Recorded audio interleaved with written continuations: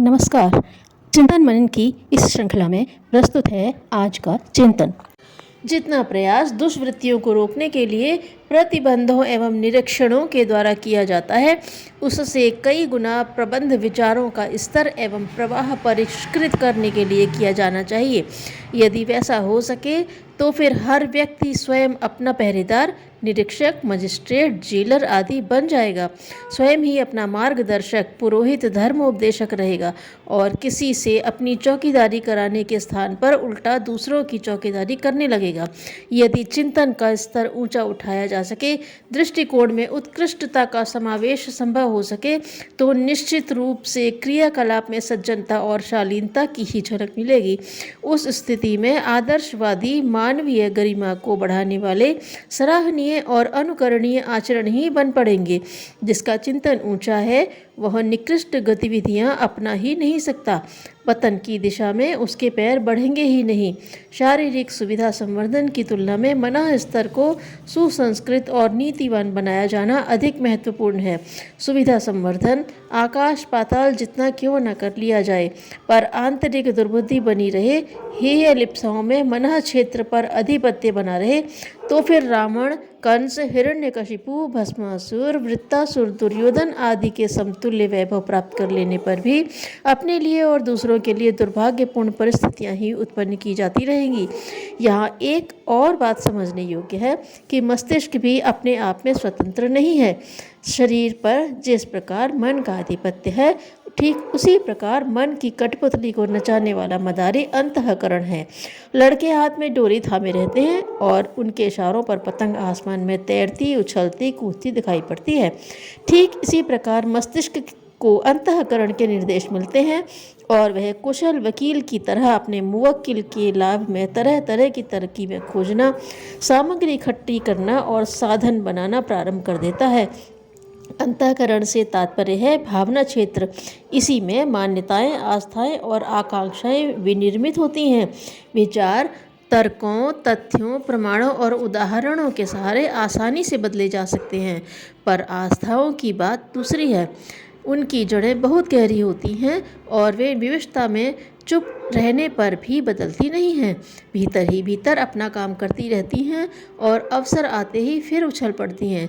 किसी की आंतरिक आस्था नीति नियमों पर वास्तव में न हो तो बाहर से वह धर्मोपदेशक का काम करते रहने पर भी भीतर ही भीतर पूर्ण नास्तिक जैसा बना रहेगा और गुप्त रूप से अनेक छल छंद रचकर अपने अनैतिक स्वार्थों को पूरा करता रहेगा। ऐसी दशा में मस्तिष्क उसका पूरा पूरा सहयोग देगा।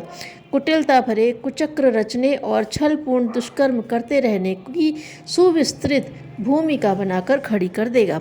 आस्थाएं व्यक्तित्व के अत्यंत गहरे मर्म स्थल में जमी होती हैं। चेतना की इसी भूमिका को अंतःकरण कहते हैं। मनोविज्ञान की दृष्टि से यह अचेतन ही अति गहरी परत है। तर्क मस्तिष्क को प्रभावित करते हैं, अंतःकरण उनसे अप्रभावित रहता है। इस क्षेत्र को कुरेदने, सुधारने, बदलने, उठाने के लिए कुछ अधिक ऊंचे स्तर की आस्था वर्ग की विचार प्रक्रिया ही कार्य करती है। इस स्तर का चिंतन अध्यात्म कहलाता है। इसके लिए सामान्य ज्ञान पर्याप्त नहीं होता, उसके लिए तत्व ज्ञान एवं ब्रह्म ज्ञान की आवश्यकता पड़ती है। इस प्रकार की दार्शनिकता को ब्रह्म विद्या का नाम दिया जाता रहा है। आत्मविज्ञान का, अध्यात्म का यही कर्म क्षेत्र है। आस्थाओं का परिमार्जन, परिष्कार करने वाले तत्व ज्ञान को योग और उलट पुलट करने वाले समर्थ क्रियाकलाप को, प्रचंड उपचार को तप कहते हैं। योग को सिद्धांत और तप को व्यवहार कह सकते हैं। दोनों को मिलाकर समग्र अध्यात्म विज्ञान बनता है। अध्यात्म को मोटी दृष्टि उपेक्षणीय और महत्वहीन मानती रहती है। यह उसकी भारी भूल है। यह वह चाबी है जिसके सहारे मानवीय सत्ता की घड़ी के सब कलपुर्जे घूमते हैं। आस्थाओं के अनुरूप मस्तिष्क काम करता है। मस्तिष्क के निर्देश पर शरीर चलता है। शरीर की हरकतें परिस्थितियां उत्पन्न करती हैं।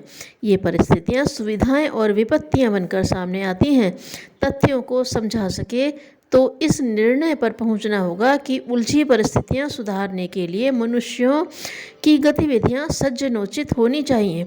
यह सब तब संभव है जब विचार पद्धति का परिष्कार, दृष्टिकोण का उत्कर्ष किया जाए। यह कार्य विचारों से विचारों की काट करने से ही एक सीमा तक पूरा होता है, पर समग्र समाधान आस्थाओं में उत्कृष्टता के तत्व भर देने से ही चिरस्थायी हो सकता है। उथले स्तर के सुधार सामयिक ही सिद्ध होते हैं और तनिक सा अवसर मिलते ही पुरानी दुष्टता फिर अपना परिचय देने लगती है। अंतःकरण का स्तर ऊंचा उठाने वाला विज्ञान अध्यात्म है।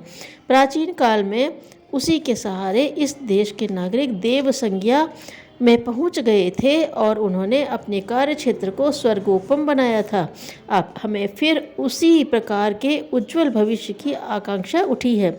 फिर से उन्हीं महान परंपराओं का अनुकरण करना होगा जिनके आधार पर हमारे पूर्वज स्वयं शांति से रहते और समुन्नत बनते थे, साथ ही अपने अनुभवों से समस्त संसार को सुसंपन्न और सुसंस्कृत बनाने में महान योगदान देते थे। आज की विपत्तियों और सामाजिक परंपराओं का चिरस्थायी समाधान अध्यात्म विज्ञान को अपनाने में ही है। उसी के सहारे उज्ज्वल भविष्य के स्वर्णिम सतयुग के अवतरण का, भव्य समाज के निर्माण का उद्देश्य पूरा हो सकता है। यद्यपि समाज में फैली हानिकारक बुराइयों को दूर करने के लिए कानून, अदालत, पुलिस, जेल आदि के अनेक उपाय किए जा रहे हैं, पर हालात दिन पर दिन बिगड़ती ही चली जा रही है। इसलिए अब आवश्यकता है मार्ग को बदलने की।